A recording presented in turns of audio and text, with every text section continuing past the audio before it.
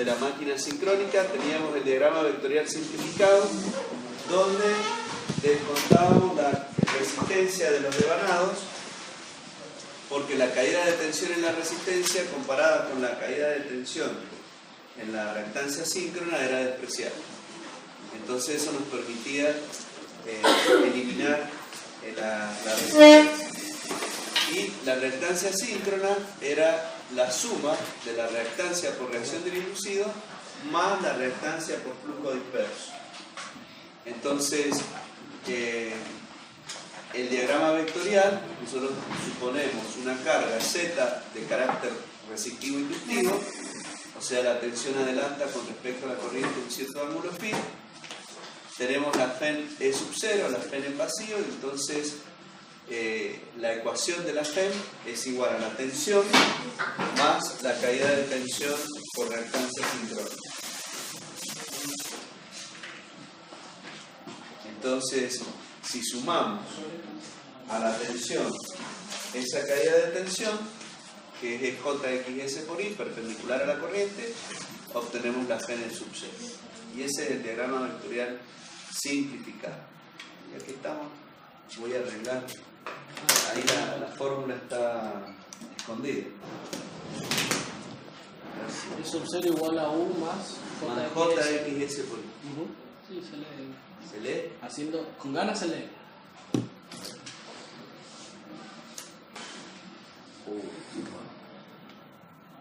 La voy a corregir porque por ahí alguien...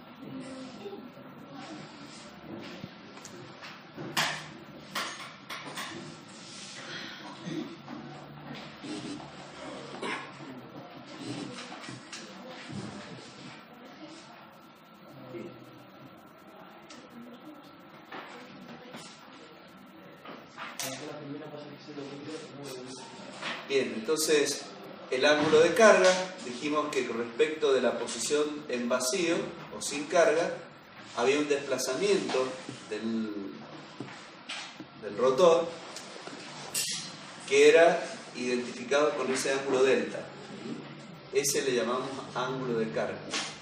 Como aquí estaría el flujo principal, ¿verdad? Entonces ese eje lo suponemos con la FEM E sub 0 con respecto a la tensión. ¿Sí? Con respecto a la tensión se producía ese desfasamiento. Y acá empezamos con los diagramas vectoriales simplificados para distintas consideraciones. Esta primera consideración es trabajar con la tensión U constante. La tensión U constante y una corriente I, por ejemplo, desfasada a un cierto ángulo phi en atraso. 90 grados con respecto a esa corriente sumamos el vector JXS por I, que es la caída de tensión por reactancia sincrónica, y tenemos ese valor de FEM E sub 0. No estoy diciendo nada nuevo. ¿Qué pasa si ahora tengo una carga resistiva pura? Y sabemos nosotros que la corriente va a estar en fase con la tensión. Y como la tensión es constante, el vector JXS por I va a estar a 90 grados con respecto a la corriente y saliendo de este vértice. Eso me va a dar la FEM E sub 0. Ahora será este el valor. ¿Qué estamos viendo? Y estamos viendo que, por ejemplo, el valor de 0 en estas condiciones es más chico que este. Primera cosa. Cuando la carga es capacitiva pura, o perdón, RC, la corriente adelanta con respecto a la tensión. Y 90 grados con respecto a la corriente, y pasando por el extremo de U, estará la caída de tensión JXS por I, que me va a dar el nuevo valor de 0, que es este. Si ustedes se fijan, el valor más grande de 0 es el de carga RL, lo cual es correcto porque la reacción del inducido era desmagnetizante. Entonces, si yo quiero mantener la tensión constante, debo aumentar la excitación para compensar las caídas de tensión por la desmagnetización producida por la reacción del inducido. ¿Se entiende? yo quiero mantener U constante.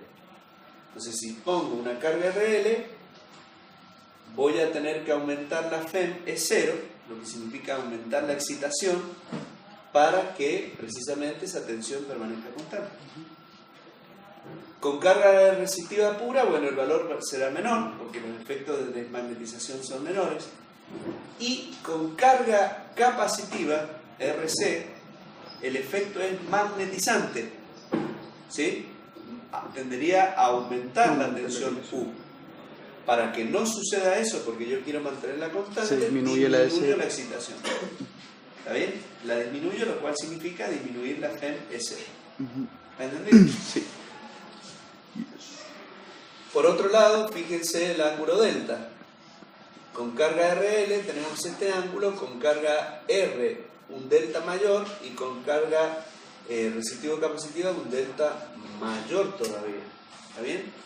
O sea, que el valor de delta, que es el valor respecto de la posición sin carga, se está modificando. Lo que vimos también cuando analizamos la reacción del inducido pasado. Profe, a mí no me quedó claro, creo que era el ángulo ese de carga. El ángulo de carga es el ángulo entre la FEM y la tensión U. Y acá, por ejemplo, se puede ver que el flujo principal es el que producen los polos.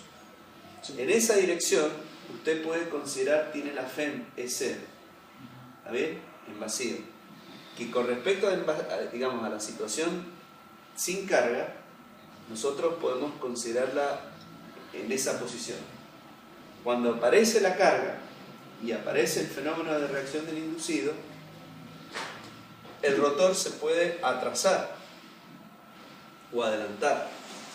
Ese retraso o ese adelanto está reflejado por ese valor del ángulo delta respecto de la posición sin carga, que era este. O sea que ese ángulo se genera por el efecto inducido. Por la carga, claro, exactamente. Por la reacción del inducido, exactamente. Que es la carga. Acuérdense que la reacción del inducido surge cuando la máquina la ponemos en carga. Si la máquina no está en carga, la reacción del inducido no tiene sentido. No se produce. Y acá tenemos otro diagrama vectorial, pero manteniendo la excitación constante. Manteniendo la excitación constante significa mantener el valor de E0 constante. Entonces fíjense la primera situación. Tensión U y corriente I atrasada a un cierto ángulo phi. La caída de tensión JXS por I a 90 grados con respecto a la corriente y saliendo del vector U. Eso me escribe la FEM en 0. ¿Hasta ahí? Nada más. Si la corriente está en fase con la tensión, estamos frente a una carga resistiva pura. Entonces, frente a una carga resistiva pura, la corriente está acá. Ahora, como este vector es 0, no lo muevo, tengo que bajar desde ese extremo una perpendicular a la corriente. Y entonces, en la intersección con ese eje, me determina el nuevo valor de U, que resulta ser mayor al valor de U de carga RL. Y si estamos con carga capacitiva, RC, por el extremo de E0, que permanece constante, trazo una perpendicular a ese valor de corriente hasta cortar el eje de las tensiones y obtengo un nuevo valor de tensión. Pasa lo que al revés de lo que estuvimos viendo recién. Ahora, como yo quiero mantener la excitación constante, con carga RL, la tensión disminuye, porque los efectos de la reacción del inducido son desmagnetizantes. Entonces se produce una caída de tensión que me hace generar una tensión menor. Cuando la carga es R, la tensión es un poco más grande, y cuando tengo una carga RC, el efecto de la reacción del inducido es magnetizante. Por lo tanto, manteniendo la excitación constante, lo que estoy produciendo es una mayor tensión, una sobretensión. ¿Está claro? Por último, vamos a ver ahora un diagrama de potencias. en este diagrama de potencias, para una carga RL, es decir, trazada un cierto ángulo la corriente con respecto a la tensión, bueno, construimos el diagrama, acá tenemos JXS por I y acá tenemos la FEM S. Si nosotros trabajamos con ese vector, ¿sí? Nosotros tenemos que este ángulo, phi, es el mismo que este lado perpendicular acá y este lado perpendicular acá, entonces ese ángulo es phi. ¿Qué sucede? El coseno de phi será x directamente. El segmento AB, es xs por i por el coseno de phi. Y el segmento OA será xs por i por el seno. por el seno.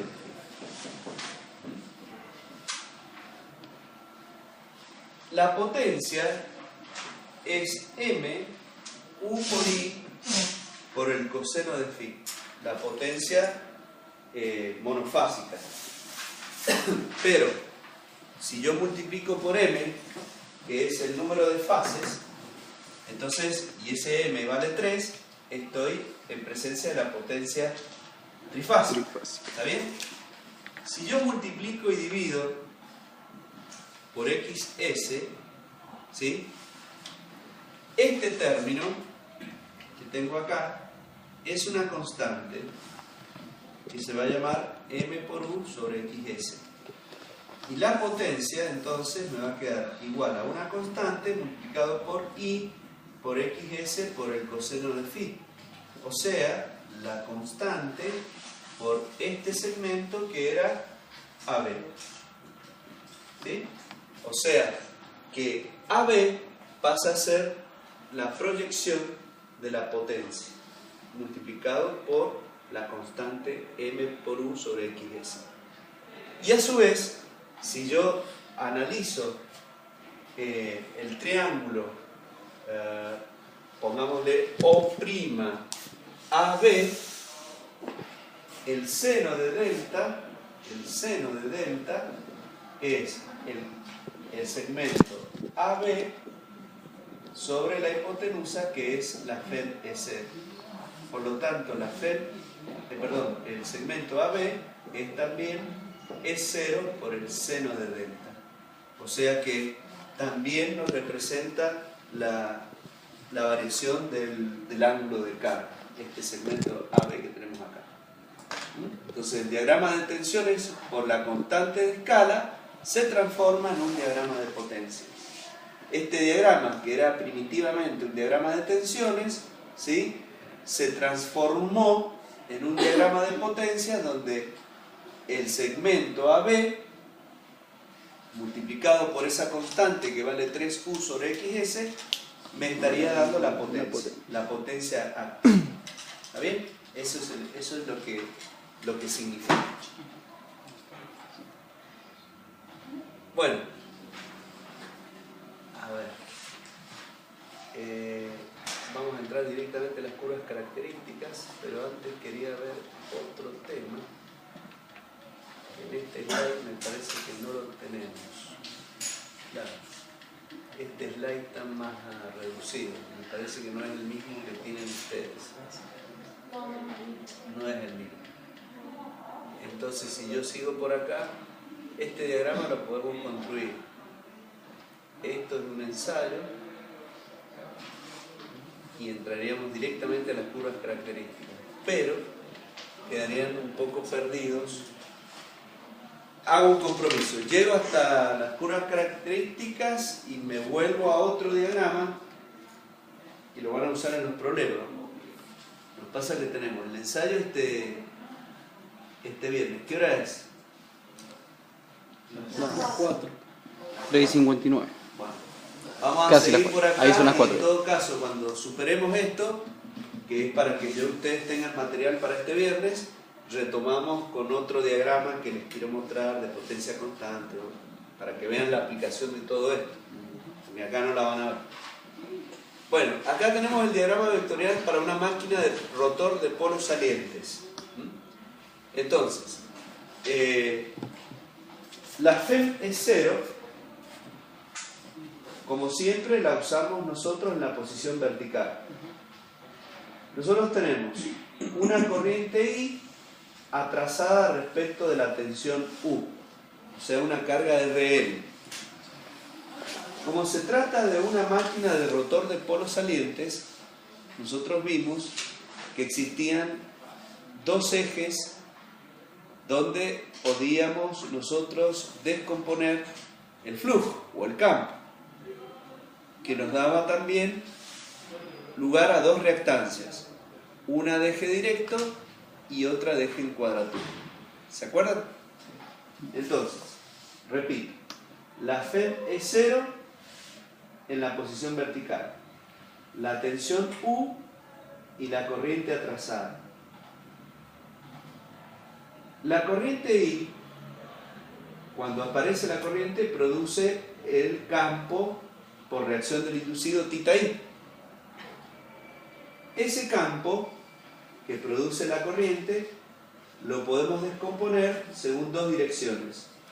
Una que llamamos de cuadratura, que es este que tenemos acá, y otro que se llama de eje directo, que está en fase con el campo principal. ¿Sí? Sí, nosotros habíamos hecho un diagramita. Teníamos el rotor,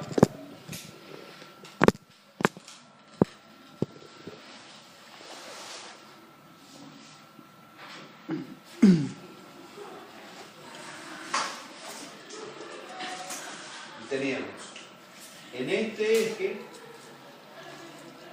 y este en cuadratura. Acá teníamos el campo θ, entonces teníamos una componente de eje en cuadratura y una componente de eje directo de ese campo. Entonces, acá tenemos lo mismo. El campo por reacción del inducido, ¿sí?, que descomponemos. Una componente que está en la dirección del campo principal, que es la de eje directo, y la otra componente a 90 grados, que es la de eje en cuadratura. El campo, como la FEM es 0, la tenemos acá, lo voy a ir construyendo para ver si va saliendo. Esta sería la FEM es 0, 90 grados y en adelanto estará el campo principal θ. La tensión U por acá y la corriente atrasada a un cierto ángulo φ por tratarse de una carga RL. Este era el ángulo φ. Esa corriente genera un campo por reacción del inducido que le llamo θI,